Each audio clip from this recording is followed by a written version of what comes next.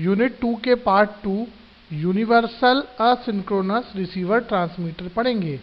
यह एक UART chip है। आगे देखिए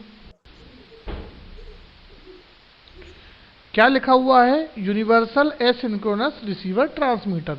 तो आपको नाम से ही समझ में आ रहा है, हमने पिछली कक्षाओं में सीरियल और पैरेलल कम्युनिकेशन जब पढ़ा था तो उसमें जब हम सीरियल कम्युनिकेशन की बात करते थे तो सीरियल कम्युनिकेशन दो टाइप का होता था। एक होता था एसिंक्रोनस और दूसरा होता था सिंक्रोनस। एसिंक्रोनस सीरियल कम्युनिकेशन में हमको क्लॉक पल्स की ज़रूरत नहीं पड़ती थी और सिंक्रोनस सीरियल कम्युनिकेशन में हमको क्लॉक पल्स की ज़रूरत पड़ती थी। तो आज जैसे कि इसका नाम है यूनिवर्सल असिंक्रोनस रिसीवर ट्रांसमीटर, या इसको हम शॉर्ट में UART कहते हैं। तो क्या लिख रखा है, UART एक हार्डवेयर है या कंप्यूटर हार्डवेयर है जिसका उपयोग एसिंक्रोनस सीरियल कम्युनिकेशन में होता है। ठीक है, UART कंप्यूटर एवं पेरिफेरल डिवाइस को एक दूसरे से सीरियल कॉन्फ़िगरेशन में कनेक्ट करता है। मतलब यदि हम कंप्यूटर के माध्यम से कोई सीरियल कम्युनिकेशन करना चाह रहे हैं या सीरियल डेटा ट्रांसमिट करना चाह रहे हैं तो हमको UART चिप की ज़रूरत पड़ेगी। ये हमारे कंप्यूटर को जो अन्य हमारी पेरिफेरल्स हैं, जैसे कि मान लो मुझे दूसरे कंप्यूटर पे ट्रांसमिट करना है तो हमको UART चिप की ज़रूरत पड़ेगी। यदि मुझे कंप्यूटर से प्रिंटर जोड़ना है सीरियली तो भी मुझे UART चिप की ज़रूरत पड़ेगी।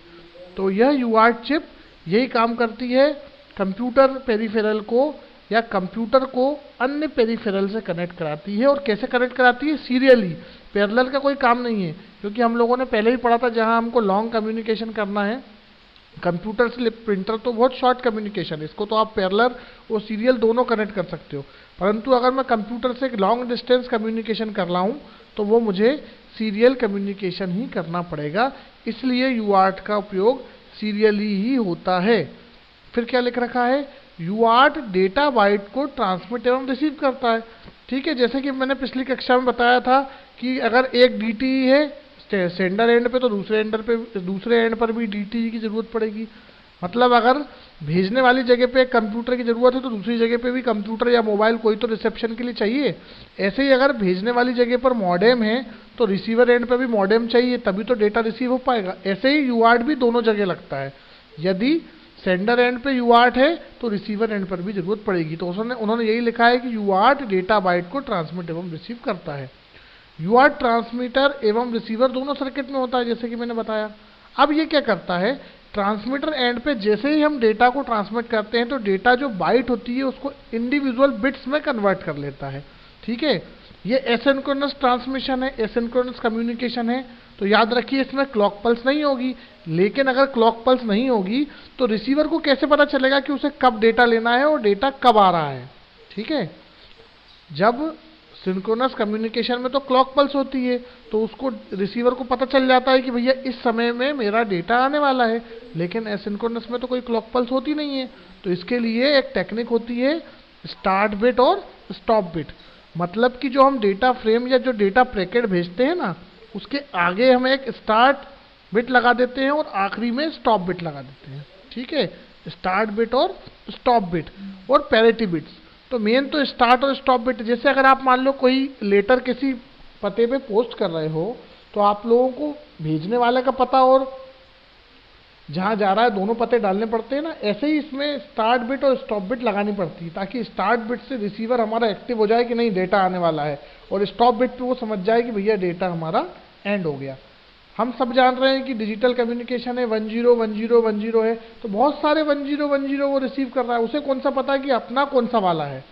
तो अपना जो डेटा है वो बताने के लिए रिसीवर को हमको आगे एक स्टार्ट बिट लगानी पड़ती है और एंड में एक स्टॉप बिट लगानी पड़ती है। स्टार्ट बिट और स्टॉप बिट जनरली 0 या 1 में से ही कोई होती है। जनरली हम स्टार्ट बिट 0 रखते हैं और स्टॉप बिट कुछ भी रख सकते हैं। ठीक है, उसके बाद तीसरी और महत्वपूर्ण बिट लिख रखी है पैरिटी बिट। हम लोगों ने जब एरर पढ़ा था वहाँ पर पैरिटी जनरेटर्स पढ़े थे, इवन और ऑड दोनों होते थे। तो पैरिटी बिट यही करती है, डेटा में एरर को नहीं होने देती।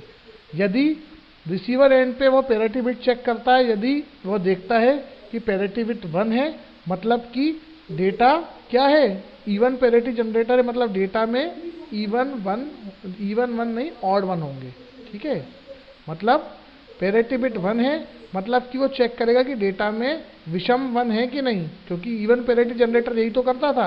यदि डेटा में विषम 1 होते थे तो उन्हें सम कर देता था, यदि डेटा में ऑड 1 होते थे तो उनको इवन कर देता था। तो वो इससे चेक कर लेगा कि आपके डेटा में एरर है कि नहीं। तो यहाँ पर तो यही जानिए कि पैरिटी बिट केवल एरर चेक करने के लिए हमने वहाँ लगाई है। ठीक है, अब आगे देखिए, ये तीनों एक्स्ट्रा बिट हमको लगा के भेजना पड़ती है डेटा में, 8 बिट का डाटा और ये 3 एक्स्ट्रा बिट। ठीक है, अब आगे देखिए, रिसीवर एंड पर बिट्स को पुनः डेटा बाइट में अरेंज किया जाता है। ये जो बिट्स गई हैं, कोई बिट्स कभी पहुंची होगी, जरूरी थोड़ी है कि B0, B2, B3 एक सीरीज में पहुंची होंगी, तो इनको अरेंज किया जाता है। अरेंज करने के बाद स्टार्ट बिट, स्टॉप बिट और पैरिटी बिट को अलग कर दिया जाता है। स्टार्ट बिट को अलग कर देंगे, स्टॉप बिट को अलग कर देंगे, पैरिटी बिट चेक कर लेंगे कि भैया डेटा में एरर है कि नहीं और उसको अलग कर देंगे। फिर 8 बिट का डेटा या 1 बाइट का डाटा हम लोग रिसीव कर लेंगे। ठीक है, यही मैंने फ्रेम बनाई है डेटा ट्रांसफर की। स्टार्ट बिट रहेगी, डेटा रहेगा, पैरिटी बिट रहेगी और स्टॉप बिट रहेगी। ये फ्रेम बहुत महत्वपूर्ण है, जरूर पेपर में बनाइएगा। ये कम्युनिकेशन सिंप्लेक्स एवं फुल डुप्लेक्स या हाफ डुप्लेक्स तीनों में होता है, लेकिन या तो सिंप्लेक्स यूज़ करेंगे या फुल और हाफ में से कोई एक यूज़ करेंगे। ठीक है, ये मैंने आपको ट्रांसमिशन मोड में पुरानी कक्षाओं में बता चुका हूँ। किसी को डाउट है तो वो वीडियो फिर से देखकर चेक कर ले।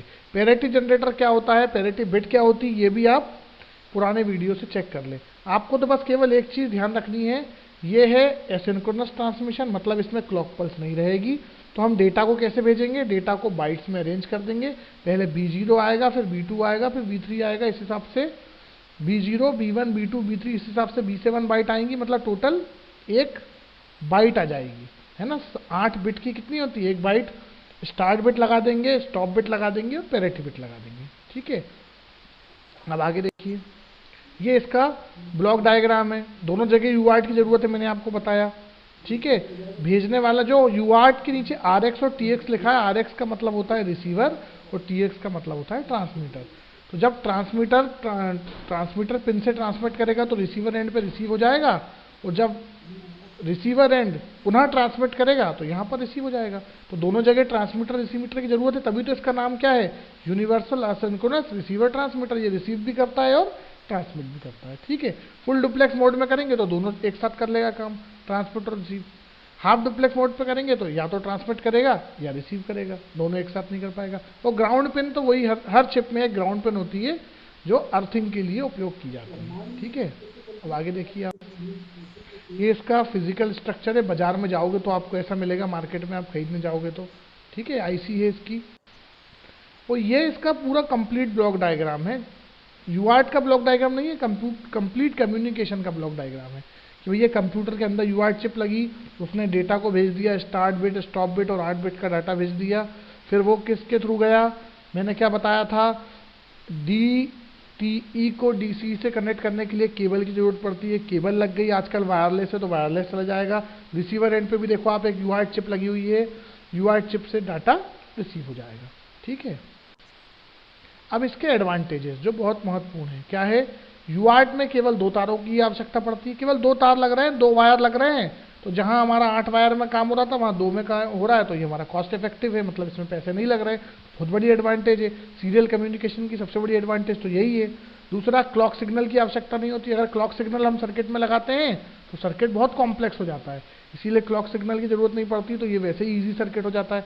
पैरिटी बिट होने की वजह से हम एरर का पता लगा लेते हैं। मैंने बताया आपको पैरिटी बिट क्या करती है, डेटा में देखती है कि बिट कितनी है। अगर मैंने इवन पैरिटी जनरेटर लगा रखा है तो वो डेटा में देखेगी कि ऑड बिट कितनी है।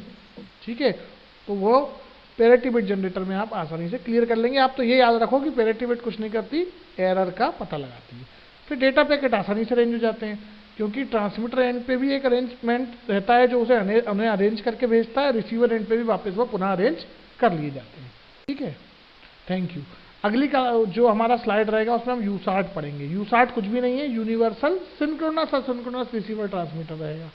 एक और हमने फीचर ऐड कर दिया, सिंक्रोनाइज्ड भी कर दिया इस ट्रांसमीटर को, क्लॉक लगा के भी भेज सकते हैं। ठीक है, थैंक यू।